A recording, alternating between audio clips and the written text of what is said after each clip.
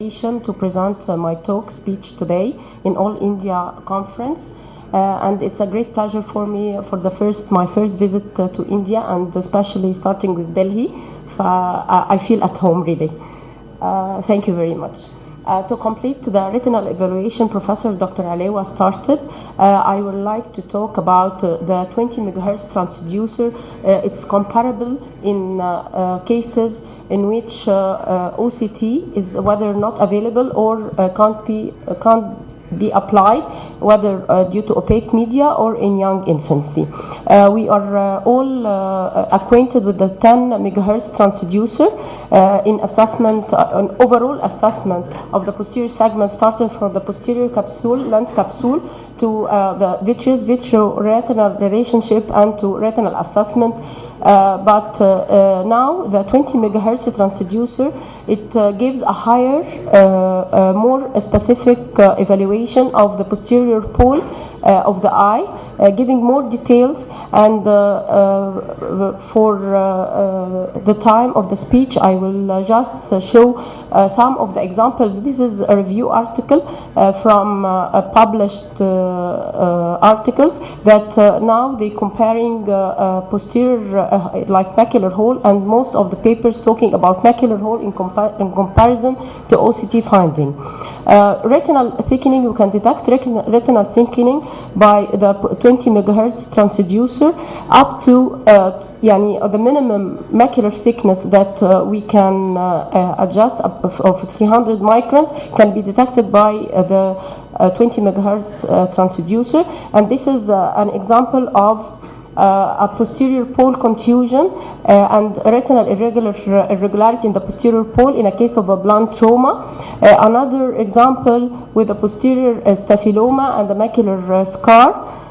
And here in case of an opaque media in which there is a subfoveal choroidal fibrosed choroidal neovascular membrane, a low scan due to the media opacity, and here by the OCT we can detect the high echogenicity of the fibrosed CNV. In a case of a macular hole can be detected. This is the same patient done on OCT, and here is the macular hole, exactly the elevated edges, and the pit of the macular hole can be detected.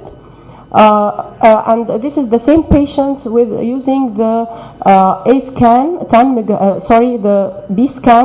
megahertz transducer for the same patient, which I can't detect if there is a macular hole, but with the 20 megahertz it is seen. It is well seen to have the edges and the pit of the hole. Another case of a macular hole. This is a macular edema in which, due to the media opacity, very low scan of OCT, and here how obvious it is the macular thickening and macular edema.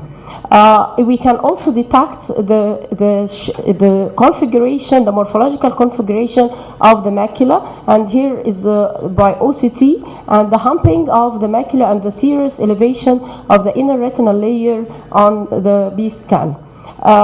Also, as if there is a subneurosensory detachment, it can be detected on B-scan using the 20 megahertz probe. And here is the intraretinal edema. This is the intraretinal edema, and even the subneurosensory detachment can be delineated, very well delineated, on using the 20 megahertz probe. So even if there is a leveling of macular edema, I can detect it, and it's very well defined on B-scan. Here is a case in which there is a partial PVD elevating the nasal edge of the temporal edge of the macular hole due to ruptured foveal cyst, and an epiretinal membrane here. And on the B-scan, I can detect the elevated flap and the partial PVD, the posterior hyaloid, attached to it here. And here the epiretinal membrane, if I change even the gain of the B-scan, it might be more prominent, but I lowered the gain here to see the elevation, more the elevation of the retina by the epiretinal membrane. It's obvious here. And here is another example of cystic edema, which is well seen on the B scan. The thickening of the macular area and the elevation, the humping of the fovea is seen very well demonstrated. This is a diffuse edema, and here is the same case with the B scan. Even choroidal neovascular membrane. Here the case with the OCT scanning, and here the irregularity in the outer retinal layer with the thickness of the macular area. Fibrosed CNV can also be detected with the focal thickening of the retina.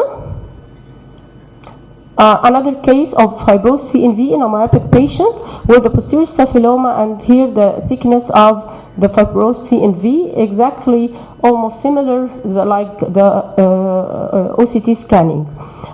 Pigment epithelial detachment, and here the elevation of the retina with the serous fluid.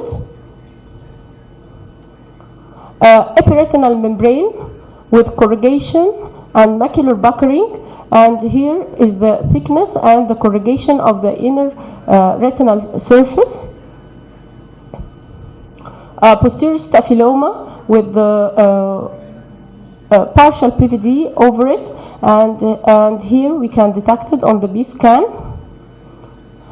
In a case of metastasis, we're using the 20 megahertz probe and the A scan.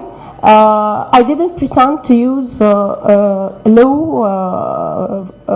quality photos to see the difference, but this is the true photos that we can get from the usual 10 megahertz probe, and this is the 20 megahertz transducer with the diffuse thickening and well seen homogeneous echogenicity of a metastatic choroidal thickening and lesion.